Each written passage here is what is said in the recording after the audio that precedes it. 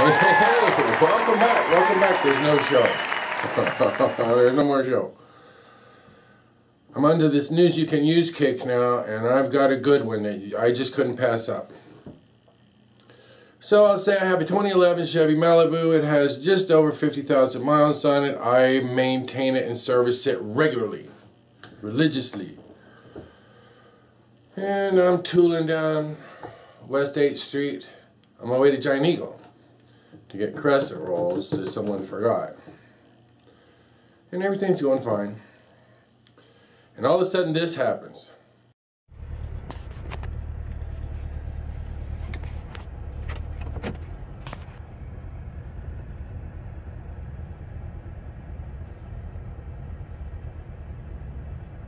Needless to say, I was disturbed, dismayed, confused, very upset. I take care of this car just the week before. I had the oil changed and the air filter changed. And it's rattling and it's shaking. But I'm committed. I go to Giant Eagle and I'm there too early. I'm there like 6 o'clock and I'm thinking, who am I going to call if this car doesn't start when I come back out? But I come back out, it starts, no problem, I make it home. But this problem persisted. And so I did what most people do. I go, you know, the world's at your fingertips now. I Googled this problem and I get all these videos and, oh, I just accidentally opened one. And I see this guy with my car with these problems.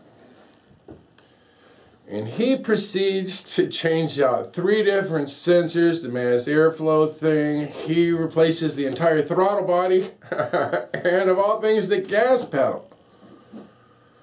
I'm like, you know what? This is not my problem. I am not having this kind of problem. And so I wait, and I think about it. Because, you know, if you take it to the mechanic in this state, when it's sending out these warning signals, trouble lights I call them, they're going to plug it into the diagnostic machine. That's $100 right there, just to say hi. And sure enough, that machine's going to say, you got a bad sensor here, there, and over here, and you need $500–600 worth of work to get your car fixed. And I just don't have it. I just fixed the furnace, for crying out loud. So I'm thinking.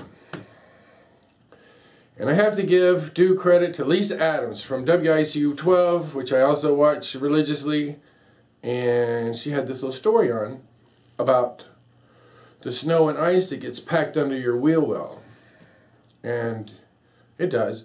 And you can hear it if you're driving, and anybody who's done this, you're turning and you can hear the tires scraping against that ice in there.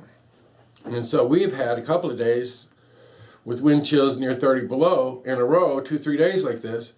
And so what happens is that ice that was underneath that wheel well over the tire, pressing against the tire, is become rock solid. And that's when I had my eureka moment. Thank you, Lisa Adams. So I go out, and sure enough, it's all junked up with ice, both front tires. And when these signals is traction control, one of them is reduced engine power. Well, sure, because the wheels are pressing against this ice. So it was a simple fix. I got there with the scraper, the heavy end of the scraper, chipped all that ice out of there, completely out, popped the hood, removed the negative terminal from the battery, let it set for 15 minutes, and put it back on, put it all back together. And so today I've been on about 6 test drives and I've had 0 problems. So I want to share this with you. If you have this problem with this ice under your tire, under your wheel well, this could cause a great deal of problems and make you think your car is just falling apart, and it's not. It's just a little bit of neglect on your part and a simple solution. So like my friend Red says, if women can't find you handsome, at least let them find you handy. Have a good day, everyone. I'm having one. Bye.